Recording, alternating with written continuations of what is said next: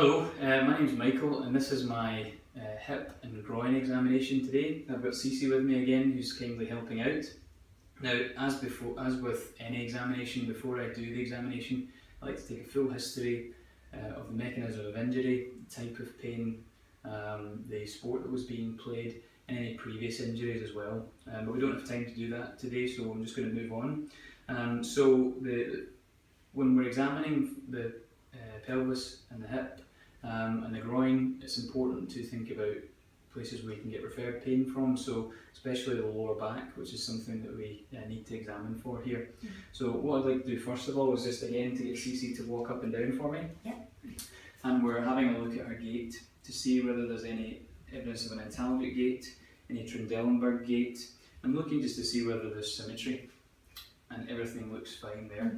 Okay, so if I can ask you just to stand facing me, so we're going to have a look at her back from the front, so looking to see whether the shoulders are in alignment or whether there's any problems there, and then over to the side, again looking to see if there's a normal thoracic kyphosis and lumbar lordosis, which there is, and then if you turn around again for me, Cece, I'm just going to lift your top up here a wee second, so looking to see if there's any muscle wasting, any scars, any fat atrophy which might be indicative of previous injections, looking to see if there's any obvious scoliosis, and looking to see sometimes we can see some spasm of the erector spinae muscles there, but everything looks okay with Cece here. Okay, so while she's in this position, the first thing I like to do when examining the back is to look for any pelvic tilt. So what I'm going to do is pop my index fingers on the ASIS and my thumbs on the PSIS, and just checking to see if there is any pelvic tilt there, which there isn't. The next thing I like to do is the GLA test. So again, I put my thumbs on the SI joints, and Cece, if you can bring your right knee right up to your chest. Very good. And we're just seeing if there's any rotation of the SI joint there, but it feels normal. And moves normally when she's moving her leg up like that. So the next test I want to do is the stock test. So Cece, if I could ask you to put your leg up like that for me. Very good. And if you lean back for me as well. Brilliant. So if there was a problem here with instability or pain, we'll be thinking, is there an SI joint problem? Now the final test I'd like to do while she's here, we could leave it to later on, but while she's here we might as well do it. Is a Trendelenburg test. So this would be assessing for any weak hip abductors. So what I'd like Cece to do is bend your right knee as far as you can up to your chest for me. As far as you can. Good. And I'm looking to see if there's anything coming down here, which would be a sign of a weak hip abductor on that side. So now we'll ask Cece to move onto the bed and we'll do some further tests. Okay. So now we have Cece positioned on the bed to do some movements of the back. It's better to do this sitting down because the pelvis is stabilised and we can actually see the movements of the back much more effectively. So the first thing I want you to do, Cece, is if you can bend all the way forward for me and bend all the way back. You can. Very good, that's fine. And if you bend down to the side and then down to the other side. Very good. And then cross your arms for me and go to the right as far as you can, rotate all the way around, good, and then out to the other side. Very good, okay. And then the last thing I want to do for assessing the back before we move on is to get Cece to lie down for me again. On my back. Yep, and then we're going to do a straight leg raise here. Again, looking to see if there's any hamstring tightness. I'm going to dorsiflex the foot to see if that brings on any back pain.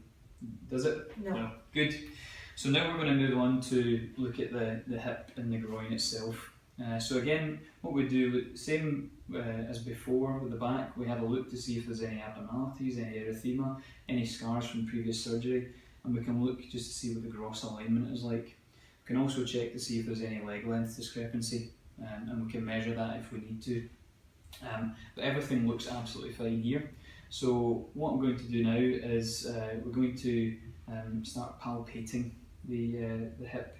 So I always start off at the ASIS, which is the insertion of the sartorius muscle. And then systematically I go down to the AIIS, which is the insertion of the rec fem, and then down to the pubic rami, which if tender could indicate a stress fracture, and over to the pubic symphysis, which can be painful if there's a ascites pubis. Is that all okay? Mm-hmm. Very good. So then I will go down into the medial thigh and palpate the insertion of the abductor longus. That feel okay? Yeah. Good.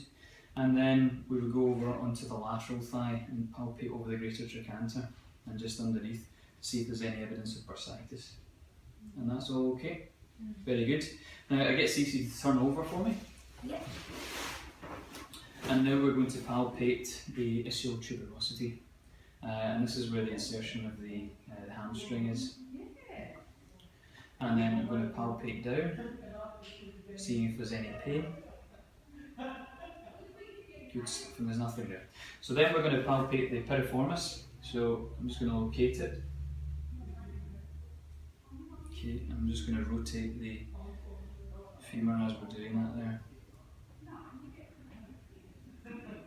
Very good. We'll be doing some more testing for the piriformis later on. And again, just for completeness, palpating the SI joints, see if there's any tenderness, which it isn't. Okay, that's fine. If you turn around for me again, Cece. So we're going to do some movements now. So first thing again, as we always do, is we get the patient to move first. So we're doing some active movements. So we would do it on both sides and compare and contrast, but for today we'll just do it on the right side. So if you can lift this as high as you can off the bed for me. Very good. And all the way down for me. All the way out to the side. Good. And all the way over if you can as well. Good. And then I want you to bend your knee for me. And turn your knee inwards for me. Good. And turn your knee outwards for me. Very good. Any pain when you were doing any of those? No.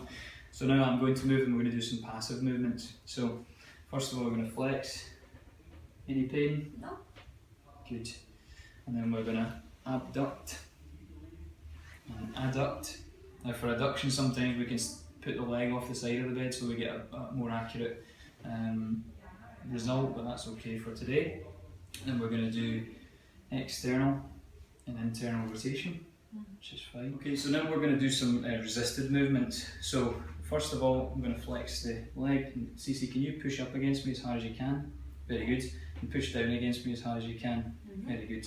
Now push out against me as hard as you can. Push in against me as hard as you can. Very good.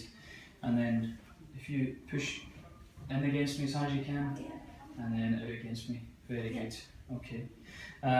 And then we're going to move on to do some specific testing tests, such as Thomas tests, which I like to do first. So here we're testing for a fixed flexion deformity, and I'll talk through the significance of this as we do it. So Cece, if you could shuffle up, have your bottom around there for me. Brilliant, well done. So if you can bring both of your knees up to your chest for me, brilliant, and then we're just going to drop one down.